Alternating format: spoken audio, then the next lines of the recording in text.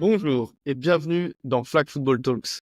Pour ceux qui nous rejoignent, je m'appelle Romain Chevigny et après plus de 15 ans de foot US et de flag football, dont 3 saisons en tant que manager de l'équipe de France féminine, je souhaite donner la parole aux joueurs, joueuses et toutes ces personnes qui prennent de leur temps et s'attachent à développer ce beau sport en France.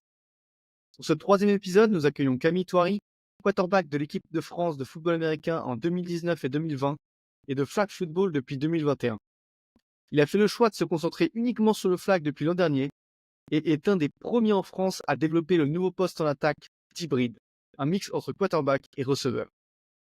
Bonne écoute! Salut Camille, bienvenue! Merci de m'accueillir sur ton fabuleux podcast. En tout cas, ça fait plaisir de t'avoir toi pour le 3e épisode. Les gens ne te connaissent pas tous forcément, même si ça fait quelques années que tu es présent dans l'univers du flag football. Donc, est-ce que tu peux commencer déjà par te présenter, nous dire un peu qui tu es et ce que tu as fait avant d'arriver au flag football? Je m'appelle Camille Thoiry, j'ai 27 ans. Je suis au Molos depuis 2011, donc j'ai fait du flag, ensuite du football américain, ensuite les deux et maintenant que du flag. Je suis professeur des écoles et avant le foot US, j'ai fait du multisport quand j'étais petit, du karaté, de la gym et du tennis de table.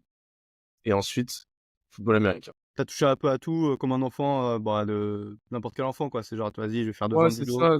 J'ai fait 1 an de karaté, je crois, 1 an de gym et ouais, le tennis de table, j'ai fait 5 ans et puis après, je suis tombé dans le foot US. Et du coup, tu as 27 ans. Ça veut dire que le foot US, tu as commencé, tu avais 13 ans? Ou enfin le flag en tout cas. Ouais, c'est ça à peu près, ouais. Comment t'es arrivé du coup au flag? Comment t'es arrivé au Molos? À ton avis, à mon âge, qu'est-ce qui aurait pu me faire faire du foot US? Moi, je dirais ton grand frère, Oxane. On a commencé en même temps, mais qu'est-ce qui nous a fait commencer? Shield 21, Exactement, High Shield 21. bien sûr. On est une génération entière de gens qui ont commencé avec Shield 21. Non, en vrai, ouais, le manga, trop bien, top manga et je sais pas, on kiffait avec mon frère. Je crois qu'on avait acheté tous les tomes et tout, et on s'était dit on va essayer, on a acheté un ballon, on se faisait des passes avec les potes, et ensuite on a cherché un club. Lui, je sais qu'il a essayé 1 ou 2 entraînements au flash, et lui, il a commencé direct le foot US, et moi, j'ai commencé par le flag, et ouais, voilà, hein, à chez 21. Et donc ça te fait découvrir le sport et tu te rends compte qu'il y a des clubs pas loin de chez toi, donc ton frère qui va au flash et toi qui rejoins Agnières. Ouais, enfin, il a fait 1 ou 2 entraînements, après, il allait direct aller au Molos, hein, Parce que vous habitiez où à l'époque? à Gennevilliers. À Gennevilliers. Ouais, pratique.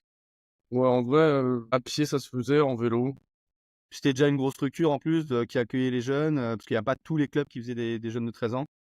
Ouais, mais en vrai, à l'époque, moi, quand je suis arrivé je sais pas quelle section c'était, mais j'avais 13 ans, donc je dirais U13, en flag, on était beaucoup, on était genre, je sais pas, entre 15 et 20 à l'entraînement, enfin, je crois. Et maintenant, tu vois, nous, au Molos, c'est un peu plus compliqué de trouver des jeunes, etc. Et je sais qu'il y a d'autres clubs qui galèrent. Et pourquoi, tu vois, je saurais pas te dire. Alors que c'était moins répandu, tu vois, le foot US à l'époque, et même le flag. Donc, pourquoi on a perdu des jeunes? Je saurais Moi, pas je te dire. pense qu'il y a quand même eu un vrai effet Shield 21 sur toute une génération et qu'aujourd'hui, vu que ça existe, ça existe toujours, mais que c'est plus autant connu, Shield 21, tu as tous ces gens-là qui sont pas touchés, quoi, alors que nous, on a été touchés par ça, quoi. Non, ouais, peut-être, c'est possible. C'est ma théorie. Ouais, Je sais pas comment la vérifier. Du coup, Flash, boum, Molos, et au Molos, vous commencez tous les deux. exactement. Du coup, moi, j'ai fait une seule année de flag, et ensuite, j'ai été surclassé en cadet.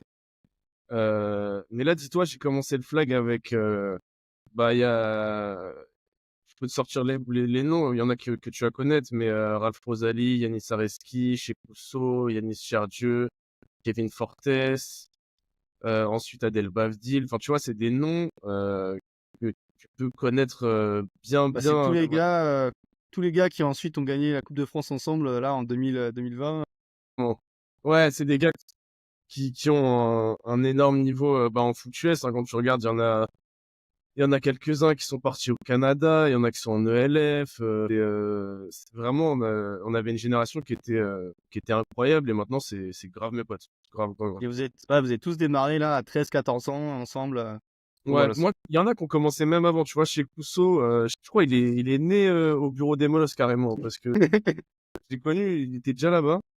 Pareil, Kevin Fortes, je sais pas, ouais, ils ont commencé avant moi. Donc... De toute façon, ça se voit, même quand parfois ils rentrent d'expérience à l'étranger, ils prennent toujours soin de repasser par les molosses, quitte à refaire un début de saison avec vous.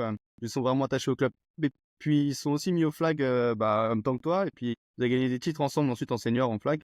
Ouais, et puis je sais que il suffit que je les appelle pour qu'ils viennent jouer, tu vois. C'est pour ça enfin, quand on a repris vraiment le flag, l'année où on est champion, là, en 2020, tu disais, non, 22, du coup, 2022, quand la finale à Lyon, à l'entraînement, on était quoi, 6-7. Et du coup, on a appelé les gars comme Adel Bavdil, Kevin Fortes, Chekou, tout ça, pour venir renforcer l'équipe. En fait, on les a appelés, tout de suite, ils sont venus. Et je sais que si je fais là, même maintenant, ils le font sans souci. Tu fais du flag, puis assez rapidement du foot US avec eux. À l'époque, t'étais quoi? T'étais receveur? T'étais déjà un peu quarterback? Tu faisais quoi en jeune? Dès que je suis arrivé le premier jour d'entraînement, ça m'a dit, ouais, va en quarterback. J'ai dit, vas-y, je me débrouillais bien. Du coup, je suis resté cadet, junior, senior. J'ai tout fait en quarterback et j'ai touché à rien d'autre. T'étais la petite pépite du club en quarterback, qu'on faisait monter les niveaux, qu'on souhaitait un jour voir en élite. J'aime pas quand on dit ça, mais ouais, on va dire que le club avait confiance en moi. Après, tu vois, j'étais investi dans le club, je m'entraînais à fond, donc forcément, ça payait derrière, donc j'étais pas mauvais, ouais, on va dire. Moi, je me souviens de la finale Division 2 à Marseille, que moi j'étais au Blue Star. Ouais. Ouais. C'est un mauvais souvenir pour moi, mais un très bon pour toi. T'étais remplaçant, t'as l'Américain qui s'est blessé en demi-finale, et t'as fait tout le match en quarterback. Ouais. Et vous avez fait la seule Quel défaite, match? vous avez infligé la seule défaite à Marseille de la saison pour gagner le titre des deux. Ouais, quel souvenir en vrai, hein, parce que on perdait, on se faisait bien à la mi-temps, c'était bien chaud. Et moi, j'avais pas joué énormément de matchs pendant la saison, ou alors des équipes un peu claquées. Je crois que c'était ma première saison en senior en plus. Ouais, c'est sûr, même c'était ma première saison en senior. Ouais, on est remonté à la fin, et MVP et tout. Non, c'était incroyable. C'était vraiment incroyable. Et puis se déplacer, gagner quand t'es pas chez toi et tout, ça fait aussi quelque chose. J'ai toujours aimé jouer à l'extérieur. Moi, je kiffe voyager et jouer dans d'autres villes en gros. Et non, là, c'était un truc de ouf. C'était vraiment un truc de ouf. C'était une finale à Marseille, il y avait du monde dans les tribunes. T'as fait un match de fou. Ton gars Adel, il fait l'interception en fin de match. Ah, je repense à un highlight là. Je sais plus qui avait fait cette vidéo-là. Et avec la musique et tout, non, incroyable. Et c'est à ce moment-là d'ailleurs que les portes un peu de l'équipe de France de foot américain sont ouvertes pour toi? Ou c'était déjà un Non, peu c'est dans les bacs? ça, en vrai. Déjà, un truc, elles sont jamais ouvertes pour moi quand j'étais jeune.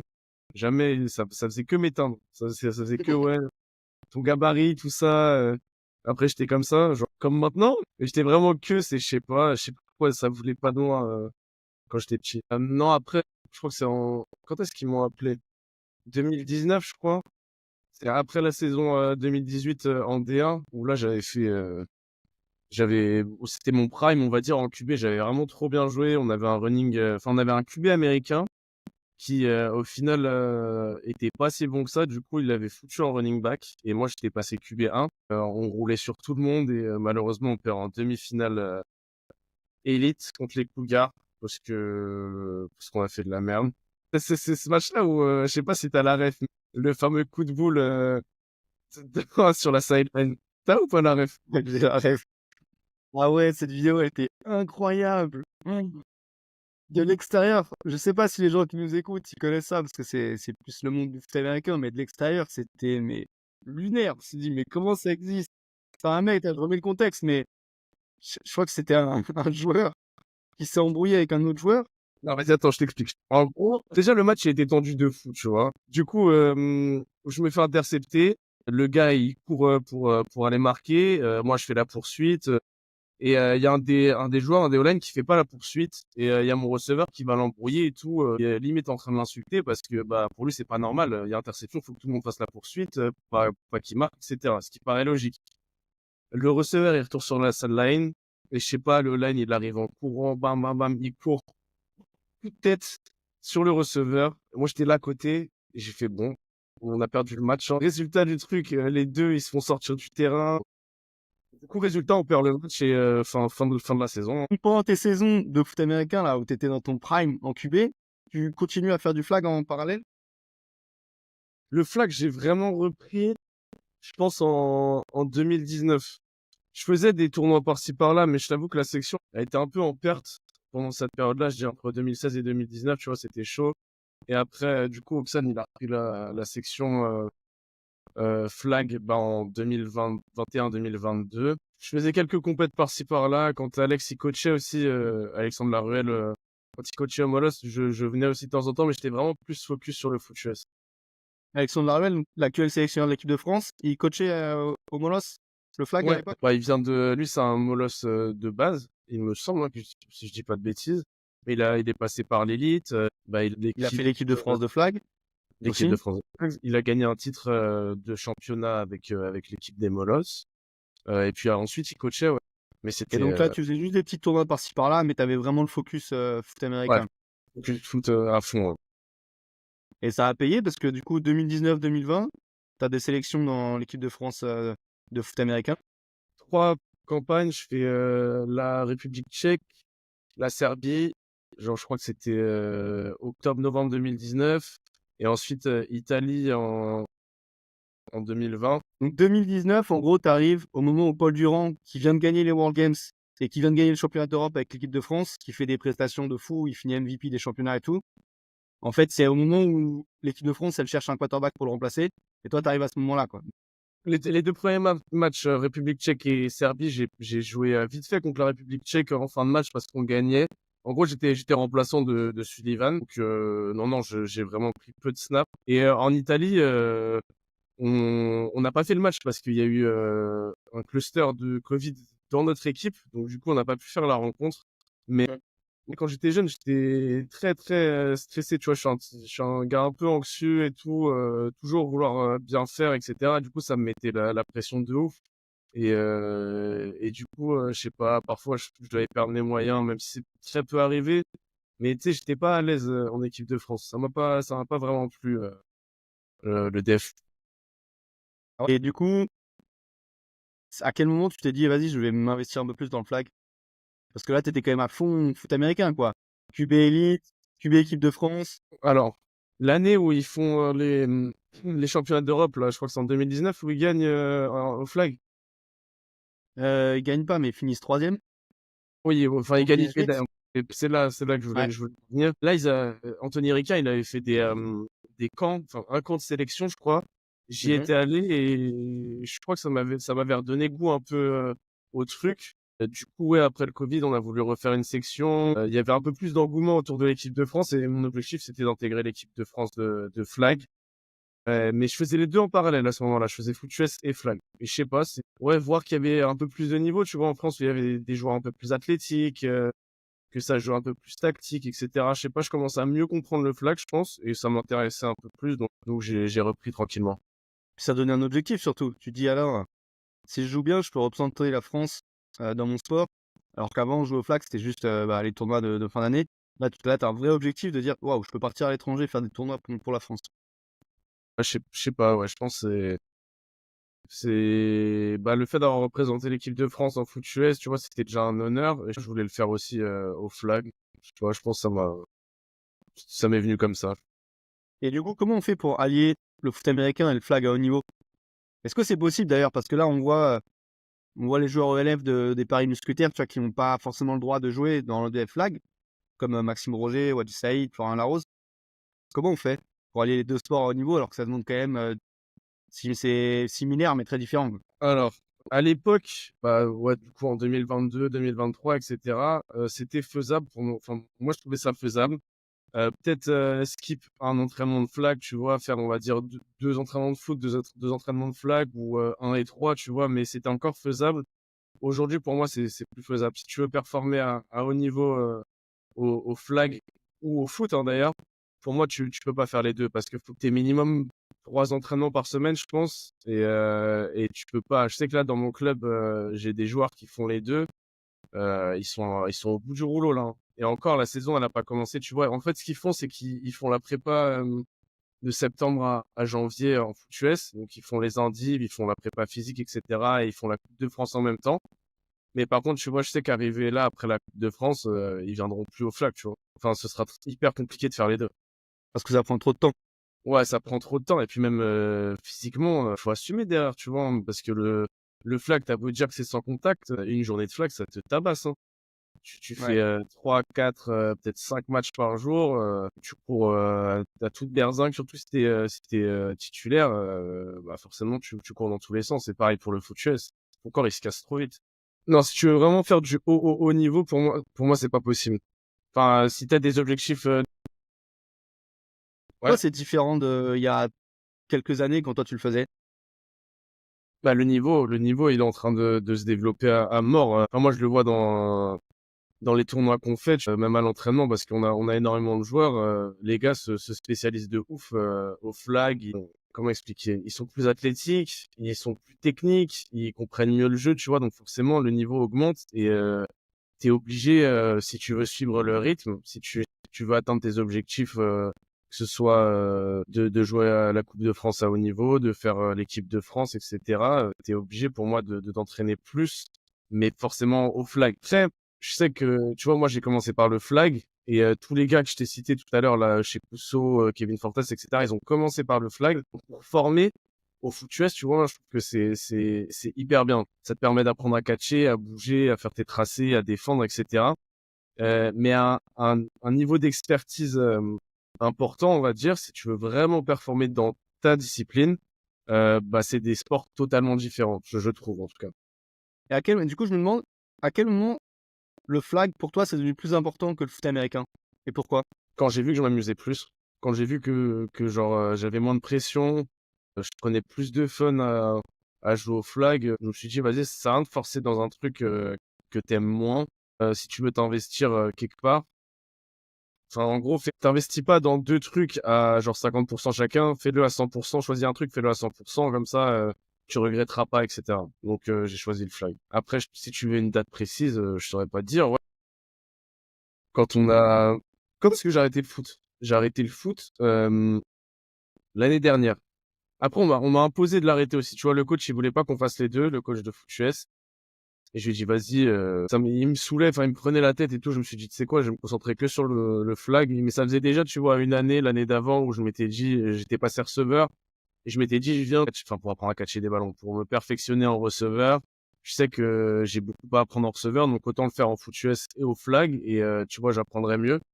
Et quand le coach il m'a dit l'année d'après, ouais, c'est pas possible, bah, j'ai dit, vas-y, flemme, je vais m'investir de ouf dans le flag, je vais m'entraîner de mon côté et puis ça va le faire.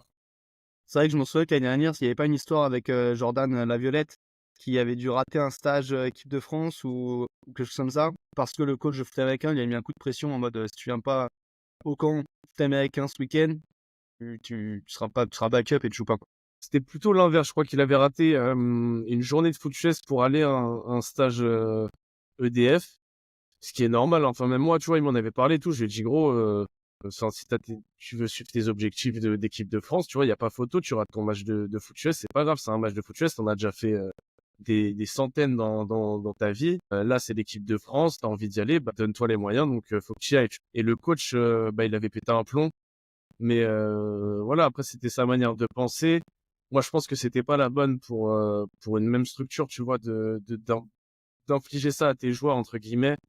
Pour moi, c'était pas logique, mais après, ça a été son choix et du coup, il a perdu des joueurs, hein. Je pense à un joueur qui était hyper important au foot US, c'est Hugo Melis, hein.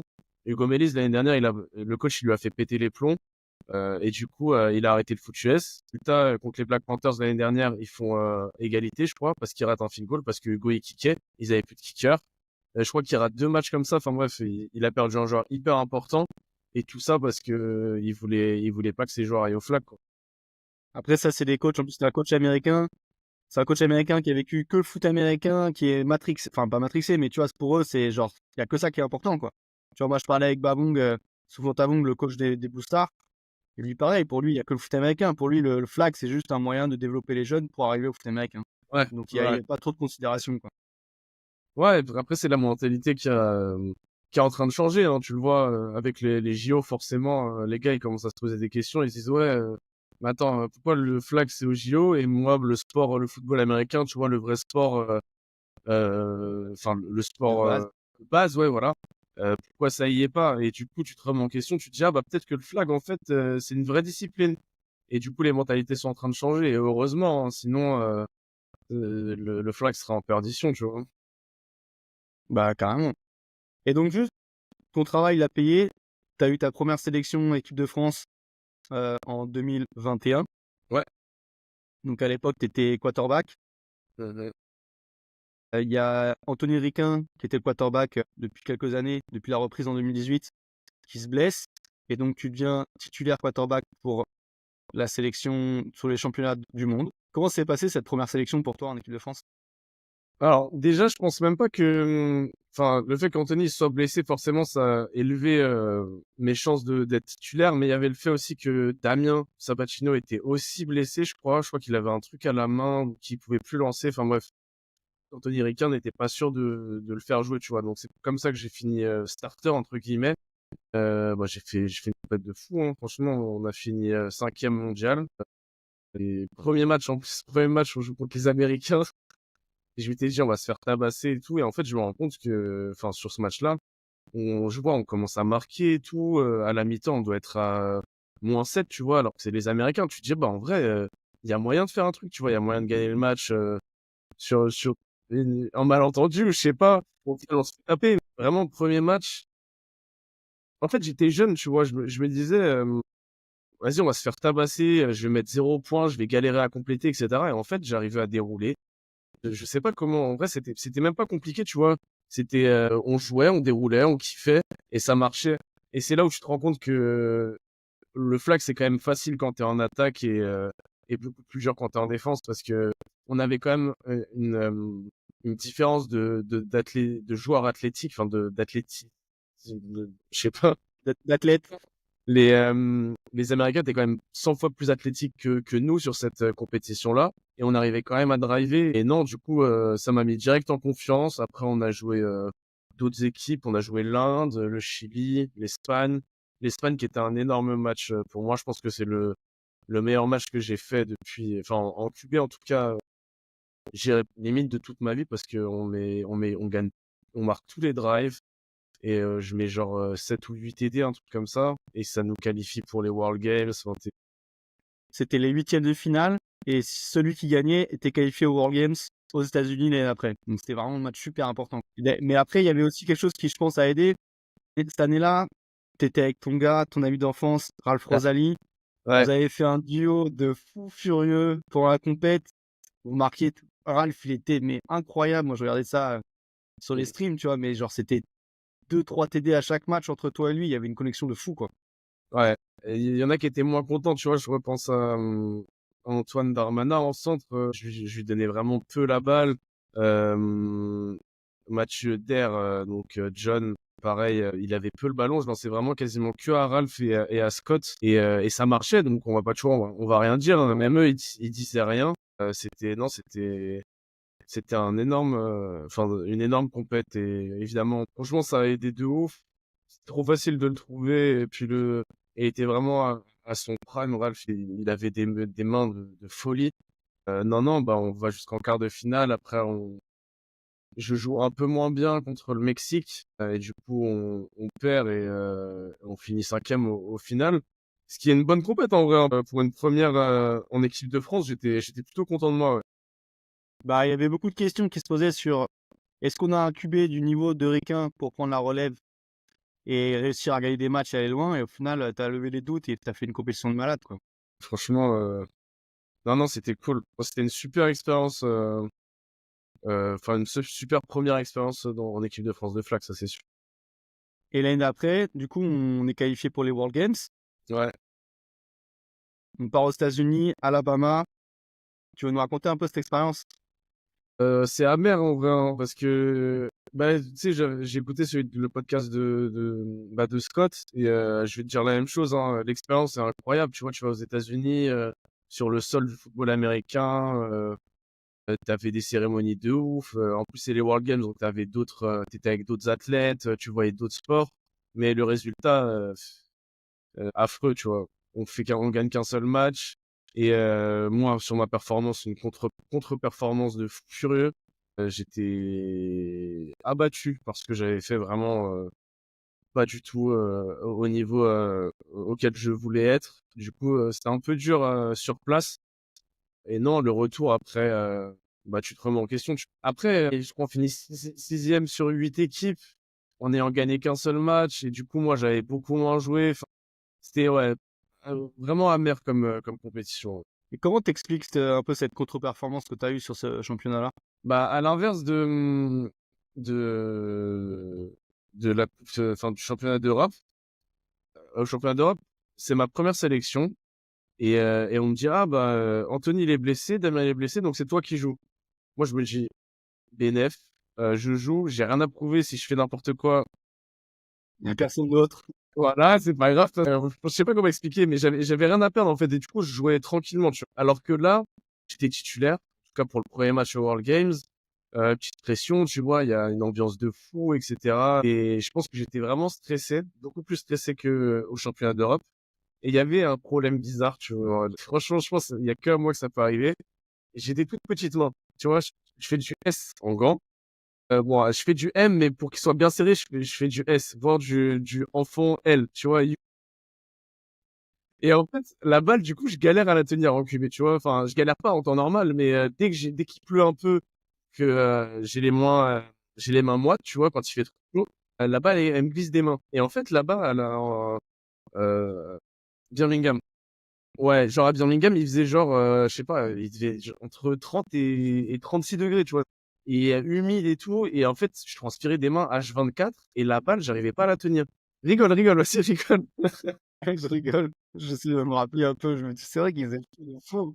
On avait les baignoires de glaçons sur le côté du terrain, là. Tu te souviens? C'était trop bien, ça mettait sa tête dedans et tout, je m'en souviens. Il y avait toutes les boissons, les Powerade dedans. Les gens, ils venaient, ils mettaient leur tête entière dedans. Et c'était là, c'était sur le banc de touche. Il y avait une baignoire par équipe. C'était incroyable. Et les mecs, avant chaque match, il y avait des gars de leur gars qui venaient avec les paquets de glaçons et qui remplissaient. Et au bout de 10 minutes, il y avait plus de glaçons, hein. Mais l'eau était fraîche. Non, en vrai, c'était trop bien, ça faisait du bien. Mais du coup, tu vois, genre, j'arrivais pas à tenir bien la balle. Et en fait, le premier match, mon seul focus, c'était de me dire, putain, mais est-ce que je vais réussir à tenir la balle et à bien la lancer, tu vois? Du coup, ça me mettait une pression en plus. Et en fait, je pense que c'est pour ça que j'ai galéré, tu vois. C'est des petites excuses en vrai, mais qui font que derrière, ça engendre beaucoup de stress. Et comme je t'ai dit, moi, je suis un gars plutôt anxieux. Enfin, en tout cas, un peu plus quand je l'ai, enfin, un peu plus avant. Et je pense que ça m'a tué ma compète. Et maintenant, j'ai trouvé la technique. Je lance avec des gants et il y a plus de soucis, tu vois. Et ça se passe très bien. Mais sur le coup, là-bas, j'ai pas su gérer le truc. Et contre les États-Unis, je fais n'importe quoi. Anthony, il décide du coup de me mettre sur le banc, peut-être le deuxième match, je crois. Ce qui est totalement légitime, hein. Et même quand il m'en a parlé et tout, il m'a dit, ouais, je vais te sortir. J'ai dit, bah, en vrai, je fais une contre-performance, tu vois, c'est ton choix de coach, il y a pas de souci. Et derrière, on a failli battre l'Italie et aller en demi-finale. Contre-performance un peu amère, là. Grande expérience, mais résultat amer, ouais. C'est quoi ce que tu as préféré dans l'expérience des World Games, pour ceux qui étaient pas? Après, moi, je kiffe tout. Dès qu'il y a des déplacements avec l'équipe de France en flag, ce qui est trop bien, c'est que tu vois les athlètes d'autres nations. Même si je parle pas énormément avec eux, forcément, mais en fait, il y a cette dynamique dans le village athlétique entre guillemets où tout le monde parle avec tout le monde, ça rigole, etc. Forcément, moi je me suis beaucoup lié d'amitié avec des joueurs de l'équipe de France et en fait créer ces liens, tu vois, ça fait des souvenirs et ça fait des relations en plus qui sont enrichissantes. Et là-bas, il y a eu beaucoup ça. T'avais le Panama, t'as des gens, genre, ils ont des modes de vie ou des vies totalement différentes de toi. Et là, tu les retrouves, ils s'échauffent sur le gazon, là, dans l'université où on dormait. Et en fait, tu dis, mais on a des vies qui ont rien à voir. Et là, on partage ça ensemble. Et puis, on va jouer demain contre dans l'énorme stade de foot américain pour la plus grosse compète de flag. Non, ouais, c'est ça. Et puis au-delà de ça, le fait d'être, tu vois, vraiment pas à l'autre bout du monde, mais on était loin de l'Europe, loin de la France, avec des gars que je connaissais pas forcément. Je pense à Stéphane Fortes, Wachi Saïd, des gars avec qui enfin, j'avais pas forcément d'affinité et être loin, tu vois, de la France, mais regroupés à Birmingham ensemble pour un objectif commun, en fait, ça m'a rapproché d'eux. Et, euh, et tu vois, toutes les petites tensions qu'il y avait entre le Flash et les Molosses, qui sont encore Mhm. présentes, tu vois, en foot US. Et là, en fait, je sais pas, il y avait plus du tout ça, tu vois. Et je me suis lié d'amitié avec eux et rien que ça, tu vois, ça fait, je pense à Fanfan évidemment aussi, mais que je connaissais un petit peu plus avant. Ça a cassé les barrières, Euh, quoi. Ouais, casser les barrières et c'est un des trucs que je retiens le plus de Birmingham. Et évidemment, bah, le fait que ce soit un événement de ouf, qu'il y ait du public, qu'il y ait d'autres disciplines, etc. Un village un peu olympique entre guillemets, c'est tout ça qui ont fait que l'expérience était incroyable. Je m'en souviens avec les filles, là, on prenait notre accred, on allait dans les bus réservés pour les accrédités, on partait sur les autres stades dans la ville, on a vu genre un nombre de sports de fou que j'avais jamais vu de ma vie, et t'es là avec ton petit gear équipe de France, c'est incroyable. Ouais, tu te la racontes un peu. Ouais, ouais, en vrai, c'était ça.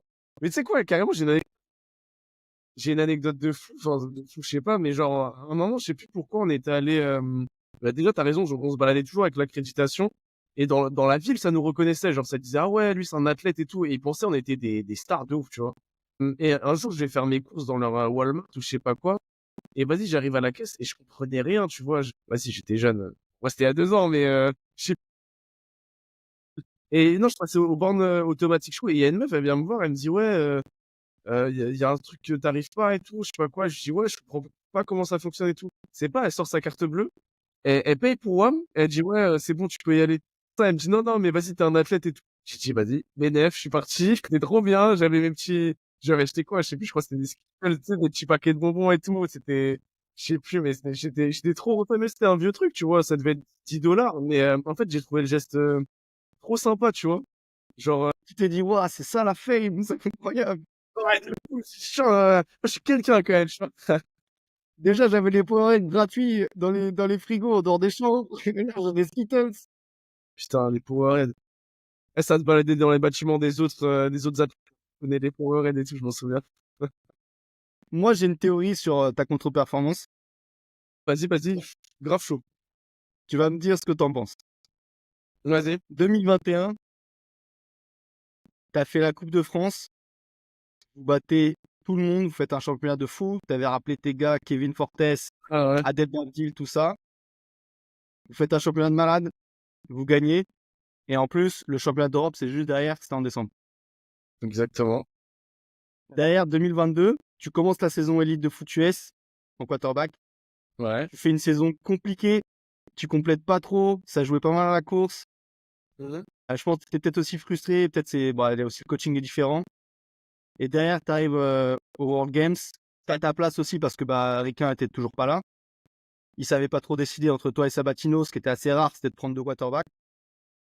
Et là, premier entraînement, moi déjà je te regarde et tout, tu lançais les ballons sur les entraînements, je me dis, waouh, mais Camille là, il est pas du tout précis là. Qu'est-ce qui se passe? Tu faisais déjà des mauvaises balles, je trouvais ça bizarre. Donc moi, ma théorie, c'est Sur que, place, attends, sur place? ouais, sur place. Premier entraînement sur place, là on Ouais, est allé sur les terrains. Je m'en Et là, souviens je me très dis, bien. ouah, Camille, il est pas au niveau là, c'est chaud. Mais toi et Sabatino, hein, les deux, vous étiez là, genre je fais, ouah, c'est compliqué là, les balles, elles sont loin des joueurs. Et donc la théorie, c'est que le fait que tu fasses ta saison de foot US, que peut-être mentalement ça t'a un peu flingué parce que vous avez fait une mauvaise saison, que tu avais moins de flaques dans les pattes qu'avant le championnat du monde où tu avais fait la Coupe de France juste avant.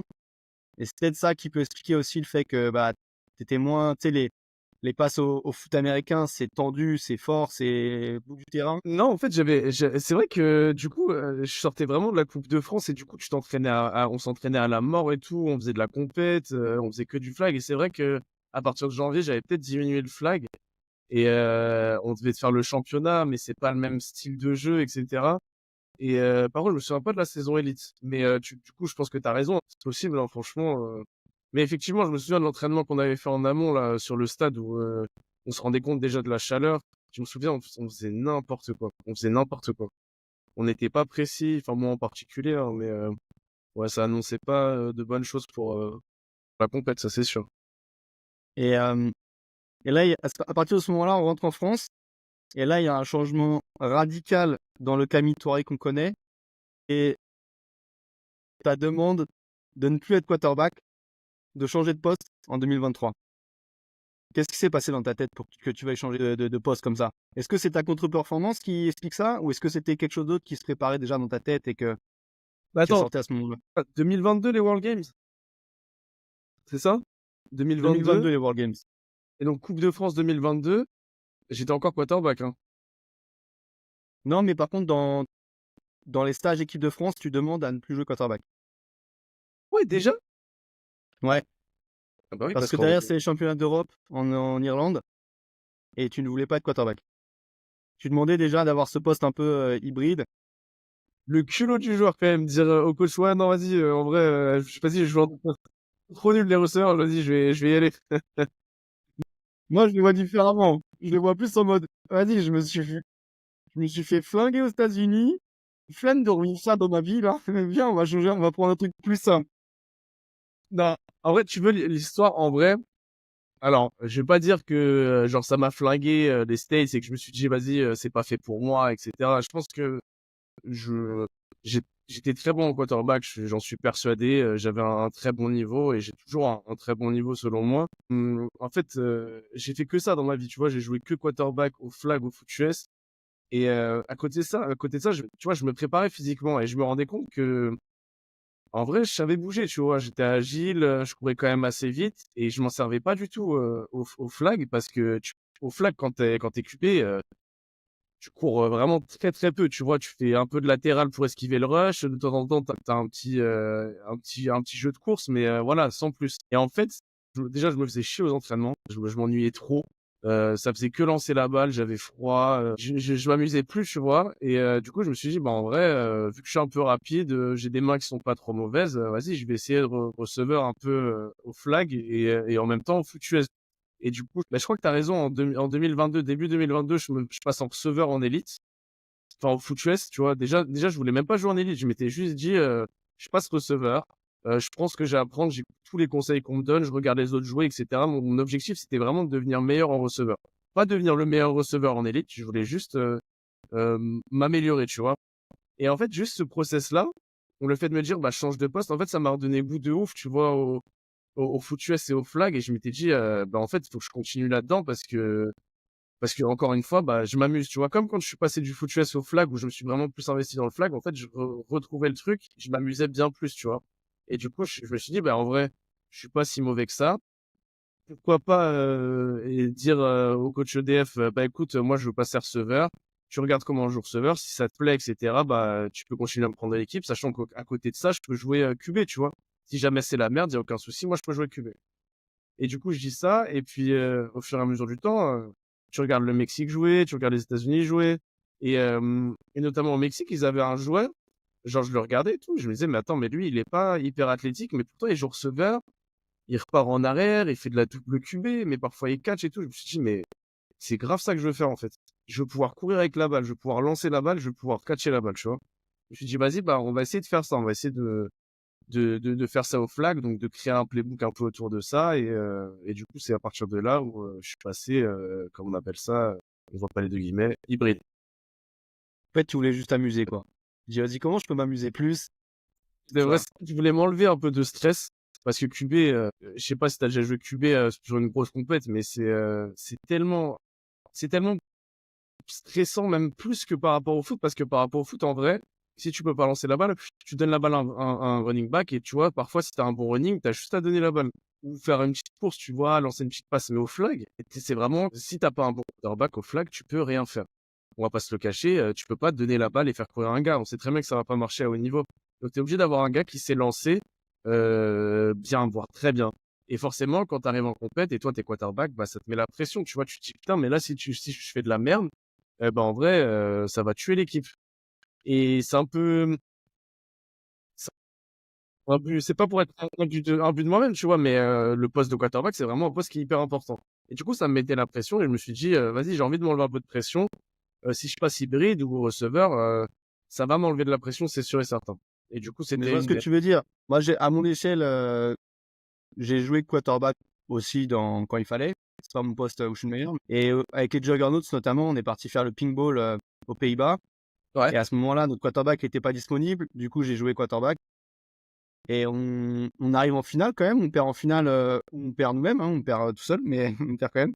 Et justement, je ressentais cette pression en me disant, mais en fait, dès que ça va mal, on te tombe dessus, genre c'est de ta faute, tu vois. Et dès que ça va bien, c'est un peu genre, c'est normal, gros. C'est normal au flag, faut marquer à chaque drive. Donc c'est normal que tu marques. Et quand ça marque pas, c'est genre, mec, c'est ta faute. Parce qu'au flag, faut marquer tout le temps. Je suis, ah, putain. Ouais, bah ouais. Mais bon, à notre côté, c'est dur, mais je trouve que le reward, il est d'autant plus important. C'est-à-dire que tu es d'autant plus fier de toi quand tu gagnes un match, parce que tu sais qu'aussi, ça vient une grande partie du cahier de jeu, des choix que tu as fait, de tes lectures, de tes lancers. Tu as beaucoup plus de légitimité derrière à revendiquer une victoire. Ouais. Et puis après, tu vois, je suis passé receveur enfin sur les stages équipe de France. Et derrière ça, je sais que Alexandre Laruelle, le sélectionneur là, à chaque stage, à chaque compétition, enfin pas compétition, mais genre le sport mondial, tout ça, les tournois internationaux qu'on faisait en tant que stage en gros, il me faisait quand même prendre des reps en QB en fait, tu vois. Et je suis pas non plus en dehors du truc en QB, c'est que moi, si le coach ici il me dit c'est quoi, je te prends pas en receveur, je te prends en QB. Et moi, je suis là pour servir l'équipe, je suis là pour servir la France. Bon, je rigole, entre guillemets, tu vois. Et non, non, moi, si on me dit de jouer rush, si on me dit de jouer sur le banc, de rien faire, de donner l'eau, les gars, je vais donner l'eau, il n'y a pas de souci. Mais Mais c'est vrai qu'à ce moment-là, c'était un bon move pour toi de passer, on va dire, hybride, parce que c'était aussi le retour de Riquin, retour de Sabatino. Donc en fait, il y avait une grosse concurrence en quarterback, et le fait de pouvoir jouer plusieurs positions, ça donnait aussi au coach le fait de se dire, bah, on peut prendre Camille, en fait, à une position principale qui est peut-être autre chose que quarterback, mais on sait qu'il sera toujours là aussi et qu'il a le niveau au cas où il faut rentrer si on a un problème avec le quarterback principal qu'on choisit si c'est pas lui.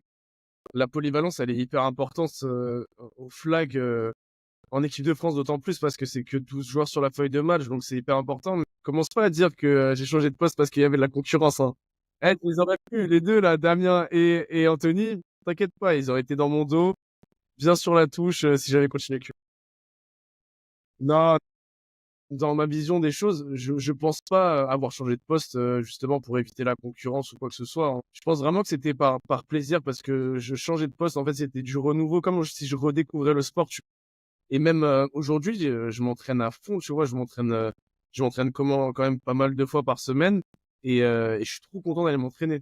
Juste aller catcher des ballons et tout, je me dis putain, vas-y, faut que je m'entraîne, faut que j'apprenne, enfin, faut que je m'améliore à catcher comme ça, à courir mes tracés comme ça, etc. Et je réapprends et en fait, ça m'a redonné goût au sport, tu vois.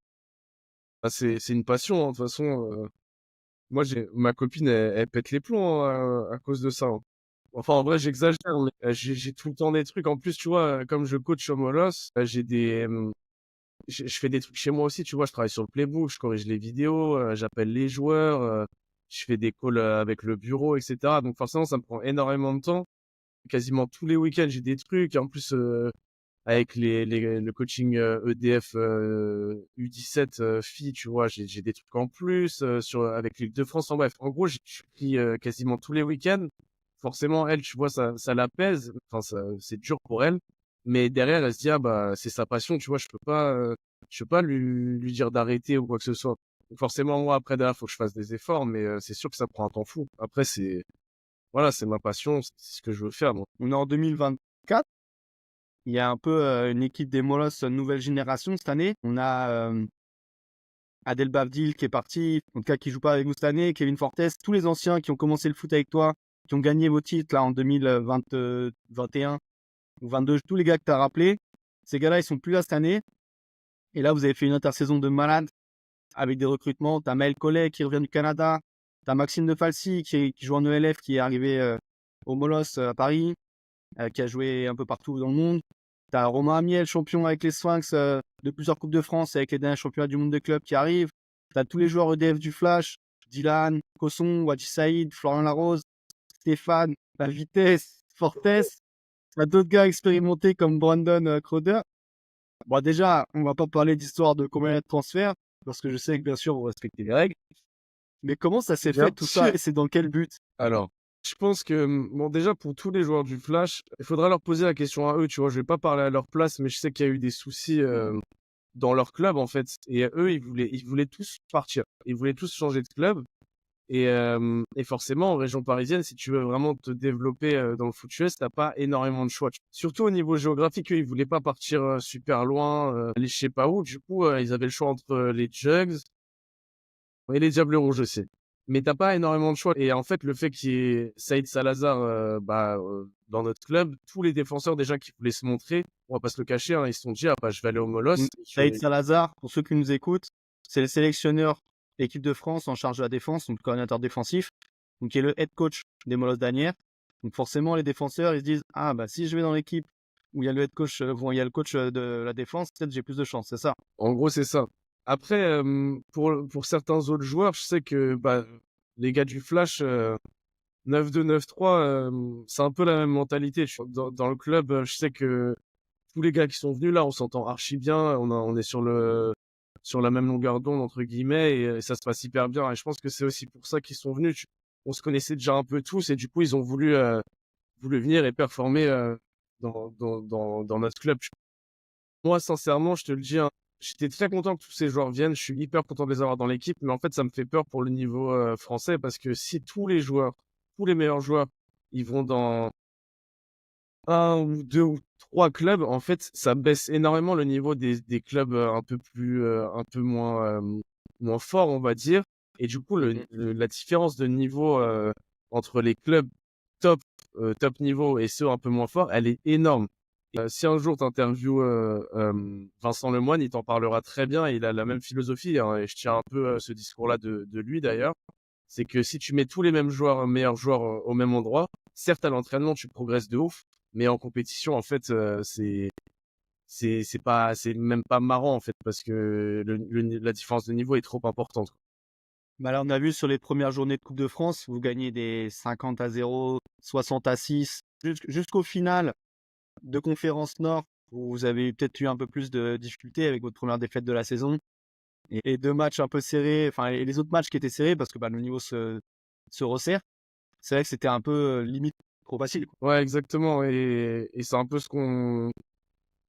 que moi je reproche aux compétitions de flag en France, c'est que le niveau est trop différent pour que tu fasses. Parce qu'en fait, nous, quand on joue contre eux, on s'amuse pas forcément, on progresse pas, et c'est la même chose pour ces clubs qui sont nouveaux, qui sont en pleine formation ou qui ont des objectifs un peu différents. En fait, eux non plus s'amusent pas parce qu'ils prennent des gros scores. Enfin, pour moi, ils apprennent pas en jouant contre des équipes qui sont vraiment beaucoup plus fortes qu'eux. Donc pour moi, il faudrait revoir peut-être la manière de voir la Coupe de France. Un peu comme là, ils ont fait déjà cette année, tu vois, avec D1, D2. Ça peut être un peu plus pertinent déjà. Donc on est sur la bonne pente, on va dire. Je sais pas si ça se dit. Ça, il y a la finale mi-janvier. Il y a 6 équipes, donc beaucoup moins qu'avant. C'était 10 équipes en finale il y a 2 ans, 8 équipes l'année dernière en finale, maintenant 6. Donc là, il y a vraiment que les grosses teams de France. Donc ça va être un peu plus challengeant, je pense, pour tout le monde. Comment vous la préparez, cette finale? Comme d'habitude, hein, je sais qu'on essaye vraiment l'objectif, tu vois, des molosses, de la section flag, avec Saïd, Aldo, Guillaume Ruster, tu vois, c'est tous les coachs de cette section. Et avec Nicolas, le coach des filles, on essaye de construire un truc, tu vois. C'est un peu un grand mot, mais professionnel, entre guillemets, où on essaye d'avoir beaucoup d'entraînement avec des camps les week-ends, avec beaucoup de sessions vidéo et du scouting, etc. Et le but, c'est vraiment d'arriver, enfin, de faire au-delà de la finale, tu vois, au-delà de la Coupe de France, c'est vraiment d'élever le niveau français. Moi, c'est comme ça que je vois les choses quand je coach mon attaque. C'est que vraiment leur apprendre, bon, c'est un grand mot aussi, mais essayer de leur transmettre ce goût d'apprendre, tu vois, et d'essayer de se motiver pour aller au top niveau. Et ça passe par regarder énormément de vidéos, aller à la salle, s'entraîner tout seul quand tu as le temps à faire des changements de direction, je sais pas, des sprints, etc. Vraiment faire en sorte que ce soit des top athlètes et des gars qui ont un IQ football, tu vois, de fou, enfin un QI flag football, donc l'intelligence de jeu flag football de fou. Et c'est comme ça qu'on prépare la finale. C'est à faire corriger ces petits détails à l'entraînement et sur la vidéo. Là, tu parlais justement des coachs, etc. Et quand je te parlais des Molosses nouvelle génération, Scott, dans son interview, il nous disait qu'il avait failli rejoindre les Molosses il y a quelques années, mais que c'était à une époque où le flag n'était pas trop considéré aux Molosses, où il n'y avait pas trop de moyens, et c'était vraiment à fond sur le foot américain. Et du coup, ça l'a un peu démotivé à venir. Et moi, je vois une vraie rupture après les World Games de 2022, où vous avez réussi à faire venir Saïd Salazar, qui était une des stars mexicaines en tant que joueur, qui est venu en France pour raisons personnelles, et vous avez réussi du coup à que ce soit les Molos qui le recrutent en tant que coach. Qu'est-ce qu'il a changé, Saïd, quand il est arrivé? Alors, en fait, tout part pas forcément de lui, même si moi je trouve ça incroyable qu'il soit venu au Mola, et qu'il apporte tout ce qu'il a apporté. Mais avant ça, en fait, le bureau avait changé, donc on avait deux gars un peu plus vieux que moi, mais dans la même génération, tu vois. Bah, c'est ta génération d'ailleurs, hein. Et qui ont repris le club, donc à la présidence, Johannes Fourne et Walid Boussiou. En fait, ils ont changé toute la philosophie du truc. Et moi, quand je parlais avec eux du flag, en fait, pour eux, ça allait devenir une priorité. Ils se sont dit, ça va exploser le flag, on le sait très bien, avec les JO, etc. Nous, on veut capitaliser sur le flag. Donc, ils ont commencé à essayer de faire grandir la section, donc en faisant des actions dans la ville, des actions avec, je sais pas, les maisons de retraite, les écoles, etc. Bah, pour impliquer les jeunes, on va dire, et la ville surtout, renouer avec la ville. Et à partir de là, c'est là où ils se sont dit, ah bah, il y a Saïd qui arrive, etc. Ce serait bien de l'avoir pour développer l'équipe, pour développer la section, etc. Et du coup, c'est à partir de là où on a essayé de le faire venir au Molos. Et lui, du coup, Saïd, il a apporté, on va dire, un cadre à l'équipe et une expertise aussi forcément de joueurs professionnels de football américain, déjà parce qu'il a joué en pro là-bas. Il a commencé le flag, il était tout jeune, donc forcément, il connaissait plein de trucs que nous on connaissait pas, donc il nous l'a transmis entre guillemets, et c'est cette transmission de d'expertise encore qui ont permis au Molos de se développer à ce moment-là, quoi. Il vient avec son cahier de jeu mexicain qui était, il y a quelques années, c'était pas vraiment ce qu'on faisait avec tous ces doubles QB, triple QB. Vous avez été aussi un peu la première équipe avec justement l'impact de Saïd à mettre en place ça sur le jeu, sur les Coupes de France. Avec toi en plus qui savait lancer et vous avez plusieurs très très bons lanceurs dans l'équipe des Molos. Ça a un peu révolutionné votre jeu. Forcément, ouais. Est-ce que c'est lui qui l'a désiré? Je saurais pas te dire, mais forcément, il en a parlé en fait, et ça vient de là aussi. Le fait que j'ai voulu jouer ce poste-là, c'est que il m'en a parlé et j'ai vu que ça me correspondait bien. Je lui ai dit, bah vas-y, on va essayer. On a un très bon QB, Adrien Roux, qui veut faire du flag. On le chauffe, il va jouer QB et moi je jouerai en hybride et on voit ce que ça donne. Et au final, ça a super bien marché et ça marche encore super bien aujourd'hui avec Dylan. Non, ouais, je pense qu'effectivement, c'est lui qui a ramené ça, c'est sûr.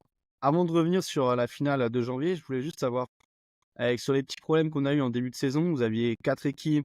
Franchement, sur les 4 équipes, il y en avait 2-3 qui étaient limite, qui avaient le niveau pour aller au moins sur les finales de Conférence Nord. Et puis, dès les premières journées, vous avez eu des soucis administratifs.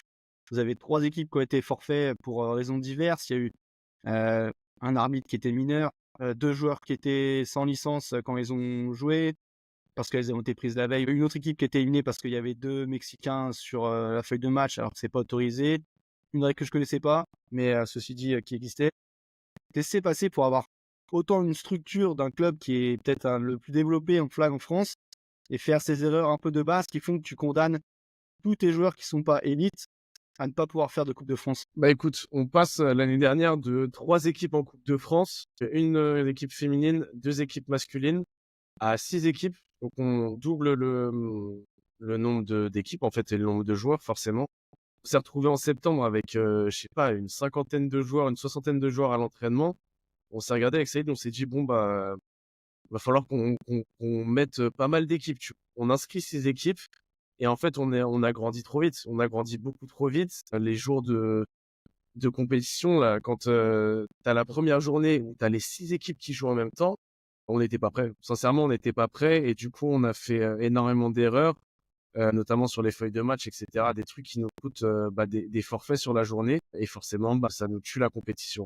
Et franchement, Saïd, il était dépité et moi le premier. Évidemment, c'est les joueurs en premier qui étaient débordés par la situation, on va dire. Mais on n'a pas su grandir. On a grandi très vite, mais on va dire que le fonctionnement derrière, le processus, voilà, il a pas suivi en fait. Et c'est pour ça que qu'on s'est retrouvé avec 3 équipettes et ça nous a tué le moral. Du coup, forcément, je te le dis, hein, on va perdre des joueurs, on a perdu un peu de confiance des joueurs. Donc nous derrière, on a essayé de remettre la machine en route, de parler avec eux, etc. Mais c'est une erreur qui est pas réparable, hein. Tu peux que leur dire, bah voilà, bah on est désolé. Donc, je le dis, tu vois, à la caméra ici, franchement, je suis dégoûté pour ceux qui n'ont pas pu jouer. Et encore une fois, je suis désolé. Mais ce qui est sûr et certain, c'est qu'on va apprendre de nos erreurs et que rien que pour le championnat, on fera plus les mêmes bêtises et on va dire qu'on va gagner en maturité. Parce que là, du coup, les 50 joueurs que tu avais à chaque entraînement au début de saison, après une journée de Coupe de France et que le bureau, si on appelle ça le bureau, se trompe sur le côté administratif et que les mecs, bah, ils ont pas de saison au final, ils ont pas de Coupe de France, tu arrives à les garder à l'entraînement ou justement, maintenant vous êtes plus que 10 parce que vous avez perdu la confiance de tous ces joueurs? Oh, non, j'étais impressionné parce qu'il y en a, je dirais que les 3/4, ils sont restés. En fait, je sais pas, ils voulaient continuer, ils voulaient se battre entre guillemets pour le club, je sais pas, mais on a réussi à garder un très très bon effectif. Le plus compliqué, en fait, ça a été de garder les joueurs très compétitifs qui voulaient jouer, en fait, parce qu'on avait deux équipes qui étaient ultra compétitives et forcément, il y a 15 joueurs qui ont dû se battre ensuite pour être dans la seule équipe qui restait. Et forcément, ça en a dégoûté plus d'un, quoi. Mais pour en revenir là-dessus, moi, j'en veux un peu à la Fédé, dans le sens où, en fait, forcément, on était en tort. Tu respectes pas le règlement, t'es en tort. On est d'accord avec ça. Mais le truc, c'est que on est dans une optique où t'es là, l'objectif, c'est de faire monter le niveau français, on va dire, et tu pénalises en empêchant les joueurs de jouer. Donc, si t'empêches les joueurs de jouer, forcément, soit ils arrêtent le flag, soit ils gagnent pas en expérience parce qu'ils jouent pas, ou ils s'entraînent plus parce qu'ils ont plus envie de s'entraîner, parce qu'ils ont pas de compétition. Je suis d'accord avec la Fédé pour pénaliser, mettre des sanctions, mais elles peuvent pas être aussi lourdes pour moi parce que ça veut dire que là, la première journée de Coupe de France, on avait 3 équipes en moins, ça fait 45 joueurs qui avaient plus de compétition. Et c'est vrai. Le cadre, il est là pour une raison bien précise aussi, parce que si on accepte de laisser passer ces manquements au règlement, toutes les équipes peuvent se dire, bon, moi aussi, je vais pas respecter les règles. Non, non, je suis d'accord avec toi. Mais le truc, c'est que, en fait, la première journée, tes forfaits et t'es sûr et certain, enfin, que tu pourras pas te qualifier, en fait. Et moi, je pense qu'il y a un entre-deux où tu peux pénaliser en faisant perdre des points, évidemment, mais sans condamner l'équipe sur une seule journée. Et l'année dernière, on avait fait un forfait aussi sur une journée en championnat, mais comme il y avait 4 journées, en fait, on a réussi derrière à se rattraper et à se qualifier. Et c'est ça, c'est là où j'en veux un peu à la Fédé, c'est que une erreur administrative sur un truc qui forcément, je suis d'accord avec toi, on est en tort. Mais pour moi, il y a d'autres manières. Enfin, on peut trouver d'autres manières de sanctionner l'équipe euh, sans pénaliser 45 joueurs en fait.